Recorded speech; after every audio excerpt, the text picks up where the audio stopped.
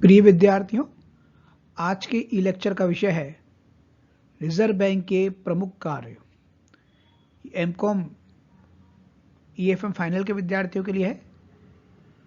Paper का नाम है इंडियन बैंकिंग सिस्टम, संख्या 203। मैं डॉक्टर मनुशरत पाठक, ईएफएम विभाग, एसआरएलएस गवर्नमेंट कॉलेज कालाडेरा जयपुर। आप सभी विद्यार्थियों का हार्दिक स्वागत और अभिनंदन करता हूं। अक्सर इस विषय पर यूनिवर्सिटी एग्जाम्स में क्वेश्चन पूछे जाते हैं, इसलिए बड़ा महत्वपूर्ण विषय है कि रिजर्व बैंक के प्रमुख कार्य क्या हैं। रिजर्व बैंक एक केंद्रीय बैंक है। अन्य देश में केंद्रीय बैंक जो है, जो कार्य देखता है, रिजर्व बैंक भी उसी प्रकार से हमारे देश में एक केंद्रीय बैंक के सभी कार्य को देखता है। रिजर्व बैंक के जो कार्य है वो बैंकिंग अधिनियम यानी रिजर्व बैंक अधिनियम 1934 के अनुसार मुख्य रूप से देश में मौद्रिक व्यवस्था इस प्रकार से करना जिससे कि देश की जो अर्थव्यवस्था है वो विकास की ओर जाए, ये रिजर्व बैंक का प्रमुख कार्य है। इसका संपादन करने के लिए रिजर्व बैंक निम्नलिखित कार्य करता है, जिसमें सबसे महत्वपूर्ण कार्य है नोट निर्गमन। संपूर्ण नोट निर्गमन पर जो एक अधिकार है वो रिजर्व बैंक का है।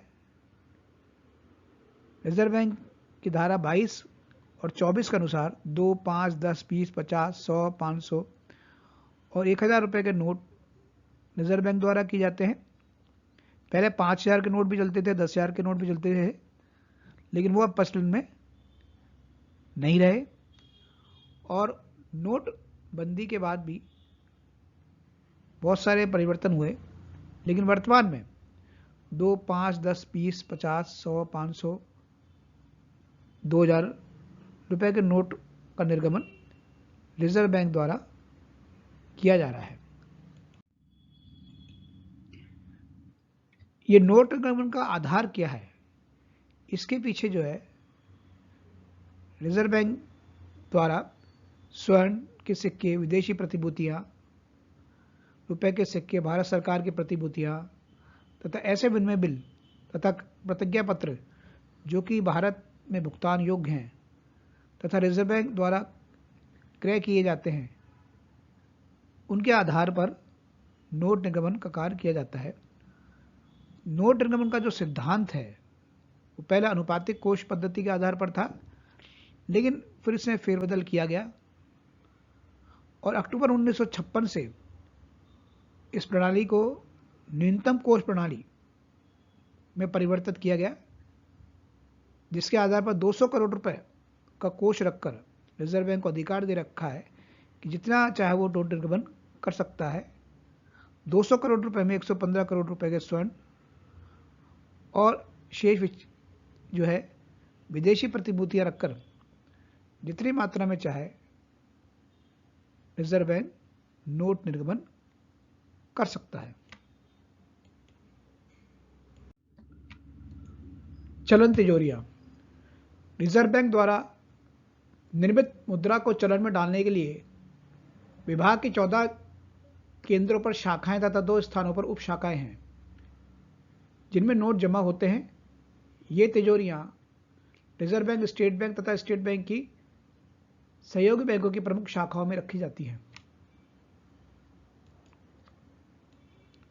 व्यस्त काल में अधिक मुद्रा का चलन होता है, जबकि शिथिल काल में कम मुद्रा का चलन में आती है। अगला है सरकार का बैंकर, एजेंट तथा सलाहकार। धारा 20 एवं 21 के अनुसार केंद्र सरकार राज्य सरकार के बैंक के रूप में रिजर्व बैंक कार्य करता है।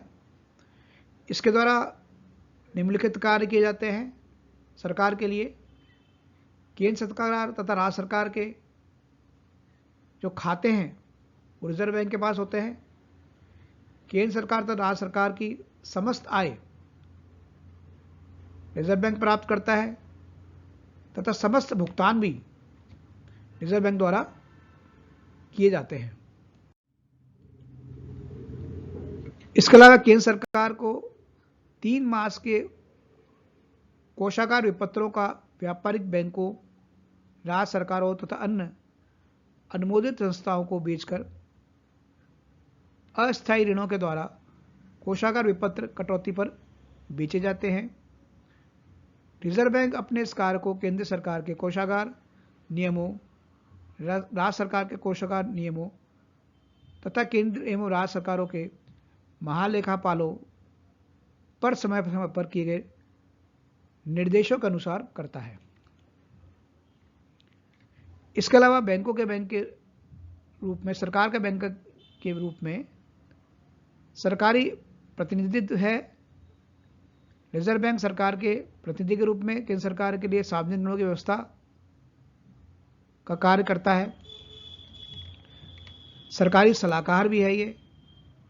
रिजर्व बैंक सरकार की मौद्रिक, वित्तीय, आर्थिक योजना और सभी प्रकार की योजनाओं में उसके सलाहकार के रूप में कार्य करता है। अन्य कार्य है बैंकों के बैंक के रूप में। बैंकों के बैंक के रूप में रिजर्व बैंक निम्न कार्य करता है। इसमें प्रत्येक बैंक को रिजर्व बैंक से लाइसेंस लेना होता है। यह लाइसेंस तभी रिजर्व बैंक द्वारा दिया जाता है जब वो देख लेता है कि जमाकर्ताओं का हित पूरा हो रहा है कि नहीं, उनकी रक्षा हो रही है कि नहीं उनके पैसे की, और बैंक उनकी जमा को समय पर लौटा सकता है या नहीं। वर्तमान में शाखा की स्थापना से लेकर उसकी अनुमति सभी के लिए जो है वो रिजर्व बैंक की अनुमति लेनी होती है। धारा 10 के अनुसार कभी भी प्रबंधक या संचालक को वो हटा सकता है, यानी प्रबंध व्यवस्था का, बैंकों की प्रबंध व्यवस्था का सारा कार्य रिजर्व बैंक द्वारा किया जाता है। इसके अलावा नगद कोष अनुपात, जिसमें रिजर्व बैंक के पास 28 फरवरी 1984 से सभी बैंकों को अपनी जमाओं का 9.5% भाग जमा करवाना होता है। रिजर्व बैंक 3% से अधिक जमाओं पर 10% की दर से ब्याज देता है। सन 1956 के संशोधन के आधार पर रिजर्व बैंक इस प्रतिशत को 15% तक बढ़ाने का अधिकारी बन गया है। इसके अलावा अंतिम ऋणदाता है lender of the last resort. Reserve bank आर्थिक संकट के समय बैंकों के लिए अंतिम ऋणदाता का दायित्व निभाता है। ऋण सुविधा धारा 17(2)(a) के अंतर्गत प्रथम श्रेणी के व्यावसायिक विनिमय बिलों या प्रतिज्ञा पत्रों का क्रय विक्रय तथा पुनर्कटौती करके धारा 17(2)(b) के अंतर्गत मौसमी कृषि कार्यों तथा कृषि पदार्थों के विपणन के लिए वित्त प्रदान करने से संबंधित प्रथम श्रेणी के विनिमय बिलों या प्रतिज्ञा पत्रों का क्रय विक्रय तथा पुनर्कटौती करके प्रदान किया जाता है। इसके अलावा समाशोधन व्यवस्था भी करता है बैंकों के बैंक के रूप में। रिजर्व बैंक बैंकों का बैंक तथा अंतिम ऋणदाता होने के कारण बैंकों के पारस्परिक भुगतान को निपटाने के लिए यह समाशोधन गृह का कार्य भी करता है। रिजर्व बैंक में 98 समाशोधन गृह बैंकों के भुगतान का अविलंब निपटारा केवल हिसाब किताब की प्रविष्टियों से कर देते हैं।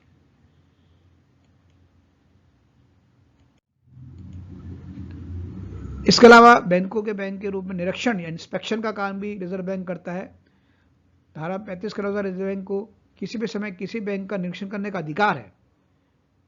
वह अनियमितताओं को दूर करने का आदेश देता है। अगर निरीक्षण के समय ऐसा महसूस हो रहा है कि बैंक की स्थिति सुधरने लायक नहीं है तो इसके समापन की कार्रवाई भी वो कर सकता है। मतलब बैंक का जन्मदाता ही नहीं, उसका समापनकर्ता भी रिजर्व बैंक है। अन्य जो महत्वपूर्ण कार्य है वो विदेशी विनिमय व्यवस्था एवं विदेशी विनिमय नियंत्रण।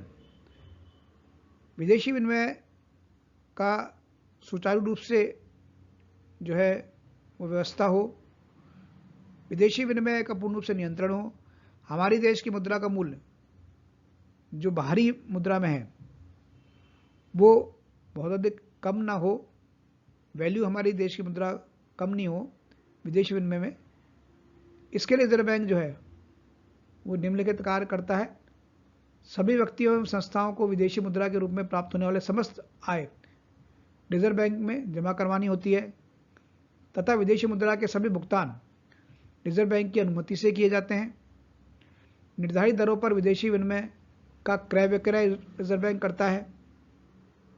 विदेशी विनिमय को नियंत्रण करने के लिए इस कार्य के लिए रिजर्व बैंक ने कुछ अन्य बैंकों को प्रतिनिधि नियुक्त कर रखा है। विनिमय नियंत्रण के लिए रिजर्व बैंक ने एक पृथक विनिमय नियंत्रण विभाग खोल रखा है।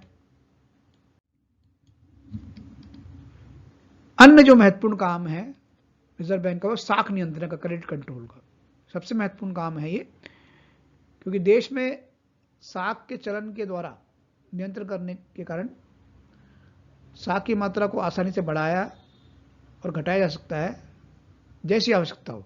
तो ये कार्य रिजर्व बैंक द्वारा किया जाता है। केंद्रीय बैंकों में कार्यरत रिजर्व बैंक का एक महत्वपूर्ण कार्य साख नियंत्रण का है। सन 1949 के पश्चात रिजर्व बैंक ने इस देश में साख नियंत्रण के नियमन के रूप में कई प्रत्यक्ष तरीकों का सहारा लिया है। साख नियंत्रण के दो रूप है, मात्रात्मक और गुणात्मक। साख नियंत्रण की विभिन्न विधियां हैं, बैंक दर में परिवर्तन, खुले बाजार की क्रियाओं के द्वारा, तरल कोष अनुपात में परिवर्तन से, नकद कोष अनुपात में परिवर्तन से, चयनित साख नियंत्रण, नैतिक अनुनय, विज्ञप्तियां और प्रत्यक्ष कार्रवाई, जिनका की विस्तार से अपन आगे जो है इनके ऊपर चर्चा करेंगे। इसके अलावा रिजर्व बैंक और कृषि साख, यानी कृषि साख के लिए भी रिजर्व बैंक कार्य करता है। भारत जैसे कृषि प्रधान अर्थव्यवस्था वाले देश में कृषि वित्त की व्यवस्था करने का कार्य रिजर्व बैंक पर निर्भर है। इस कार्य के लिए सर्वप्रथम रिजर्व बैंक में एक कृषि वित्त विभाग की स्थापना की गई थी। इसके पश्चात अतिरिक्त भारतीय ग्रामीण साख सर्वेक्षण समिति की सिफारिश पर सन 1955 में रिजर्व बैंक अधिनियम के संशोधन कर साख के लिए दो विशेष कोषों की स्थापना की गई। पहला राष्ट्रीय कृषि साख दीर्घकालीन कोष तथा दूसरा राष्ट्रीय कृषि साख स्थायित्व कोष। 12 जुलाई 1982 को रिजर्व बैंक ने वित्त संबंधित समस्त कार्य जो कृषि से संबंधित है वो राष्ट्रीय कृषि एवं ग्रामीण विकास को सौंप दिया। इसके बाद कृषि वित्त व्यवस्था संबंधित कार्य इस बैंक द्वारा किए जाते हैं। रिजर्व बैंक ने दोनों कोष राष्ट्रीय कृषि साख दीर्घकालीन कोष के 1205 करोड़ रुपए तथा राष्ट्रीय कृषि साख स्थायित्व कृषि के 440 करोड़ रुपए इसको हस्तांतरित कर दिया, यानी किसको, नाबार्ड को।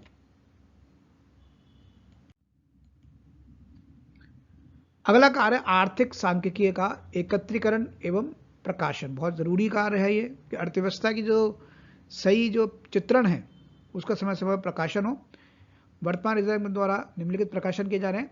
रिजर्व बैंक का साप्ताहिक विवरण, अनुसूचित बैंकों की संगठित कंसोलिडेटेड स्थिति का साप्ताहिक विवरण, reserve bank of India bulletin मासिक, रिजर्व बैंक की मासिक रिपोर्ट, भारत में बैंकिंग की प्रवृत्तियां एवं प्रगति संबंधित रिपोर्ट, करेंसी तथा फाइनेंस की रिपोर्ट, वार्षिक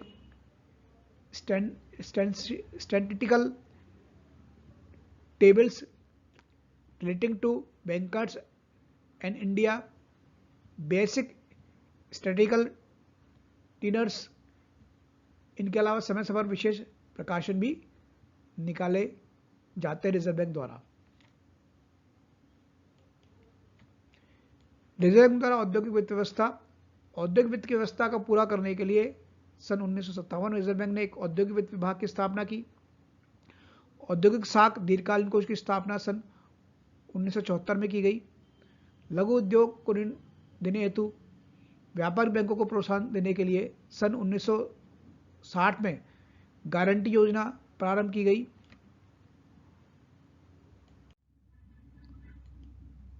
इसके अलावा अन्य जो कार्य है रिजर्व बैंक के वो निम्नलिखित है।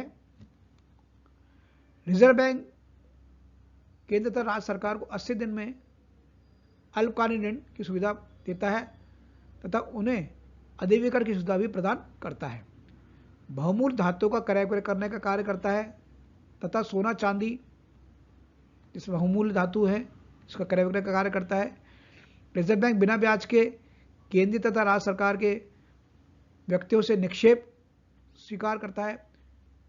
विदेशी बैंकों में खाता खोलने तथा विदेशी बैंकों को अपनी अभिकर्ता नियुक्त करने का कार्य भी रिजर्व बैंक करता है। देश में हुंडी बाजार योजना चालू करने का श्रेय भी रिजर्व बैंक को है। कृषि पुनर्वित्त निगम तथा औद्योगिक साख एवं विनिमय निगम की आर्थिक सहायता प्रदान करता है। इन दोनों संस्थाओं के एकीकरण के बाद भी आर्थिक सहायता प्रदान कर रहा है। तो यह आज अपन ने रिजर्व बैंक के जो प्रमुख कार्य हैं उस पर आधारित जो वीडियो उसको अपन देखा। आप सभी विद्यार्थियों के लिए, एमकॉम के विद्यार्थियों के लिए लाभान्वित रहेगा। देखने के लिए बहुत बहुत धन्यवाद। चैनल को सब्सक्राइब करना ना भूलना। कमेंट बॉक्स में जाके जरूर कमेंट करिएगा। पुनः आपका धन्यवाद विद्यार्थियों।